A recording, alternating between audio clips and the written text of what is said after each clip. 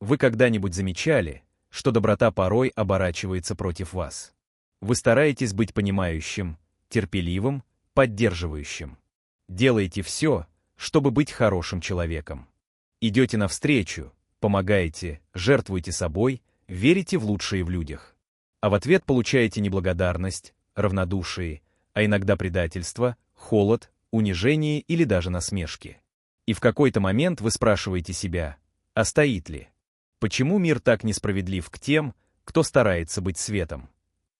Сегодня я хочу рассказать вам о мыслях Карла Юнга, швейцарского психолога, который глубоко понимал природу человека.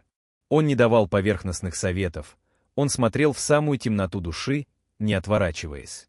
И он говорил то, что большинство из нас боится признать. Чтобы по-настоящему быть добрым, надо сначала познакомиться со своей тенью, с той частью себя, которую мы скрываем. Именно она – ключ к личной силе, достоинству и уважению. В этом видео вы узнаете 6 честных, глубоких, местами болезненных, но невероятно освобождающих советов Карла Юнга. Вы поймете, почему доброта без границ – это не достоинство, а путь к саморазрушению, почему ваша злость не враг, а защитник, почему попытки спасать всех ведут к потере себя. И, самое главное, вы узнаете, как обрести внутреннюю целостность, сохранив свет, но уже не позволяя никому им манипулировать. Останьтесь до самого конца. Последняя мысль Юнга, которую я поделюсь в финале видео, способна изменить не только ваше отношение к себе, но и то, как к вам начнет относиться мир. Она разрушает иллюзию, в которой живут миллионы хороших людей, и дает вам новый взгляд, зрелый, глубокий, целостный. Это не просто философия, это путь к внутренней свободе. Если вы хоть раз чувствовали, что вами пользуются, что ваша доброта стала вашей слабостью, вы обязаны услышать это. Подпишитесь прямо сейчас, чтобы не потерять эти размышления, и, пожалуйста, досмотрите до конца. Я обещаю, вы не останетесь прежним. Совет первый. Доброта без границ ведет к саморазрушению. Совет первый. Доброта без границ ведет к саморазрушению. Многие из нас с детства учились быть хорошими. Нас хвалили за послушание, за уступчивость, за желание помогать другим, даже если нам самим было трудно. Взрослея, мы несем этот шаблон в отношения, в семью, на работу.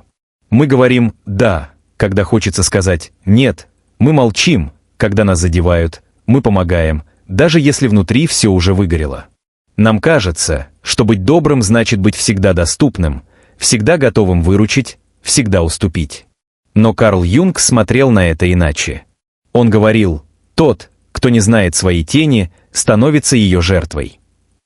И этот страх отказать, поставить границу, не что иное, как бегство от собственной тени. Когда доброта становится бесконечной, она перестает быть добродетелью. Она превращается в саморазрушение. Люди чувствуют, когда вы готовы отдать последнее, и, к сожалению, не всегда отвечают тем же. Мир не поощряет тех, кто стирает себя ради других.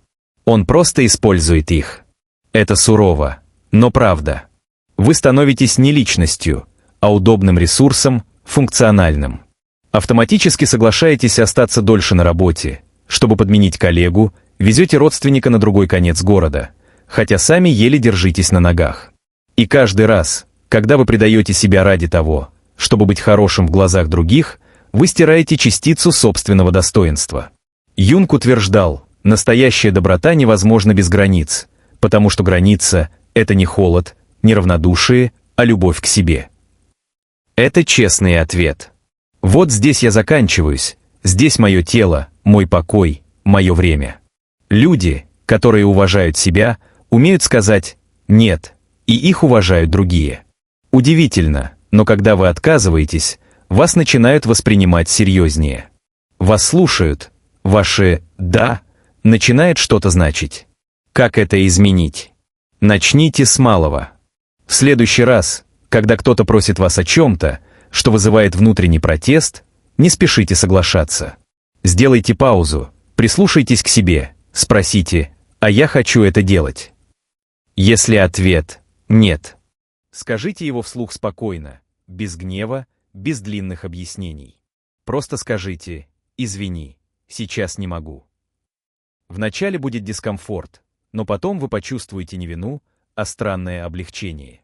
Воздух станет чище, спина распрямится. Это и есть возвращение себе. Юнг говорил, границы — это не жестокость, это способ сохранить свою целостность. Запомните, доброта, у которой нет границ, это не сила, это открытая дверь, через которую каждый будет заходить, оставляя на вас свою пыль. Закрыть эту дверь — значит, впервые по-настоящему выбрать себя. Совет второй. Примите свою злость. Она ваша сила, а не стыд. Хороших людей с детства учат, злиться — это плохо. Гнев — это что-то низкое, недопустимое, недостойное. Вам говорили «будь добрее», «не злись», «промолчи», «будь умнее». И вы научились подавлять злость. Вы научились сглатывать обиды, улыбаться, когда внутри все горит. Но Карл Юнг видел в злости не врага, а силу. Он говорил, тень — это не только зло, но и жизненная энергия, а гнев — это сигнал.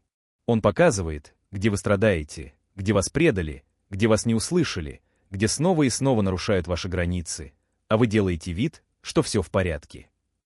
Злость — это ваш внутренний будильник, который орет «проснись». Когда наступают на вашу душу, вместо того, чтобы встать и защититься, вы выключаете его. Вы делаете вид, что все хорошо, а потом чувствуете пустоту, стыд или обиду, которую нас годами подавленная злость не исчезает. Она уходит внутрь, там она гниет, накапливается, разрушает.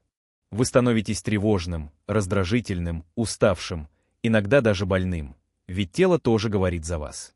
Юнг предупреждал, если вы не принимаете свою злость, она управляет вами. Истина.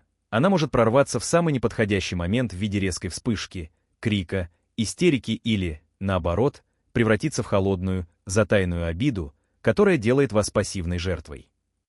Но гнев, если его осознать, это защита, это внутренняя мощь, это голос, который говорит «со мной так нельзя». Как это использовать? Как это использовать? Начните с того, чтобы позволить себе чувствовать злость без осуждения, без страха. В следующий раз, когда кто-то говорит вам что-то уничижительное или ведет себя несправедливо, не улыбайтесь, не убегайте. Просто скажите себе «я злюсь», и это нормально. Не обязательно сразу кричать или вступать в конфликт. Достаточно признания, это уже возвращает вам контроль. А потом подумайте, как поступить. Может быть, стоит сказать прямо «мне это не нравится», или уйти, или вообще перестать общаться. Но решение должно исходить из силы, а не из страха. Юнг писал, то, что мы принимаем, перестает нами управлять, и это касается злости в полной мере. Принятая злость не разрушает, она защищает, она становится вашей броней, вашим правом, вашим выбором остаться собой. Поэтому не бойтесь ее. Примите ее как часть себя. Это не делает вас злым человеком, это делает вас человеком, который знает свою цену. Если этот формат вам подходит, продолжу редактировать остальную часть. Ask ChatGPT. You said. Вы когда-нибудь замечали, что доброта порой оборачивается против вас? Вы стараетесь быть понимающим, терпеливым, поддерживающим. Делаете все, чтобы быть хорошим человеком. Идете навстречу, помогаете, жертвуете собой, верите в лучшее в людях. А в ответ получаете неблагодарность, равнодушие, а иногда предательство, холод, унижение или даже насмешки. И в какой-то момент вы спрашиваете себя, а стоит ли? Почему мир так несправедлив к тем, кто старается быть светом? Сегодня я хочу рассказать вам о мыслях Карла Юнга, швейцарского психолога, который глубоко понимал природу человека. Он не давал поверхностных советов, он смотрел в самую темноту души, не отворачиваясь. И он говорил то, что большинство из нас боится признать. Чтобы по-настоящему быть добрым, надо сначала познакомиться со своей тенью, с той частью себя, которую мы скрываем. Именно она – ключ к личной силе, достоинству и уважению. В этом видео вы узнаете 6 честных, глубоких, местами болезненных, но нев. Как это использовать? Начните с того, чтобы позволить себе чувствовать злость без осуждения, без страха. В следующий раз, Когда кто-то говорит вам что-то уничижительное или ведет себя несправедливо, не улыбайтесь, не убегайте. Просто скажите себе «я злюсь», и это нормально. Не обязательно сразу кричать или вступать в конфликт. Достаточно признания, это уже возвращает вам контроль. А потом подумайте, как поступить. Может быть, стоит сказать прямо «мне это не нравится», или уйти, или вообще перестать общаться. Но решение должно исходить из силы, а не из страха. Юнг писал, то, что мы принимаем, перестает нами управлять, и это касается злости в полной мере. Принятая злость не разрушает, она защищает, она становится вашей броней, вашим правом, вашим выбором остаться собой. Поэтому не бойтесь ее. Примите ее как часть себя. Это не делает вас злым человеком, это делает вас человеком, который знает свою цену. Если этот формат вам подходит, продолжу редактировать остальную часть. Ask ChatGPT. You said. Вы когда-нибудь замечали, что доброта порой оборачивается против вас? Вы стараетесь быть понимающим, терпеливым, поддерживающим. Делаете все, чтобы быть хорошим человеком. Идете навстречу, помогаете, жертвуете собой, верите в лучшее в людях. А в ответ получаете неблагодарность, равнодушие, а иногда предательство, холод, унижение или даже насмешки. И в какой-то момент вы спрашиваете себя, а стоит ли? Почему мир так несправедлив к тем, кто старается быть светом?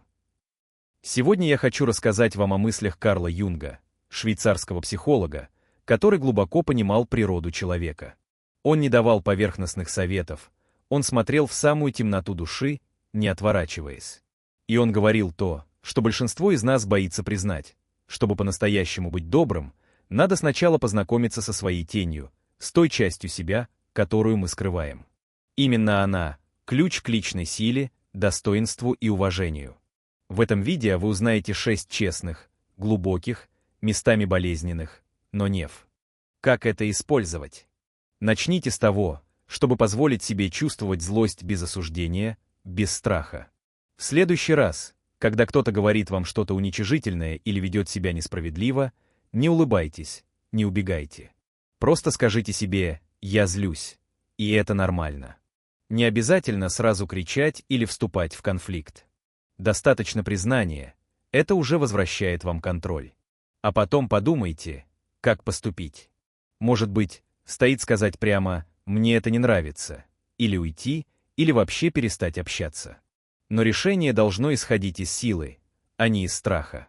Юнг писал, то, что мы принимаем, перестает нами управлять, и это касается злости в полной мере. Принятая злость не разрушает, она защищает, она становится вашей броней, вашим правом, вашим выбором остаться собой. Поэтому не бойтесь ее. Примите ее как часть себя. Это не делает вас злым человеком, это делает вас человеком, который знает свою цену. Если этот формат вам подходит, продолжу редактировать остальную часть. Ask ChatGPT. You said. Вы когда-нибудь замечали, что доброта порой оборачивается против вас? Вы стараетесь быть понимающим, терпеливым, поддерживающим. Делаете все, чтобы быть хорошим человеком. Идете навстречу, помогаете, жертвуете собой, верите в лучшее в людях. А в ответ получаете неблагодарность, равнодушие, а иногда предательство, холод, унижение или даже насмешки. И в какой-то момент вы спрашиваете себя, а стоит ли? Почему мир так несправедлив к тем, кто старается быть светом? Сегодня я хочу рассказать вам о мыслях Карла Юнга, швейцарского психолога, который глубоко понимал природу человека. Он не давал поверхностных советов, он смотрел в самую темноту души, не отворачиваясь. И он говорил то, что большинство из нас боится признать. Чтобы по-настоящему быть добрым, надо сначала познакомиться со своей тенью, с той частью себя, которую мы скрываем. Именно она – ключ к личной силе, достоинству и уважению. В этом видео вы узнаете 6 честных, глубоких, местами болезненных, но нев.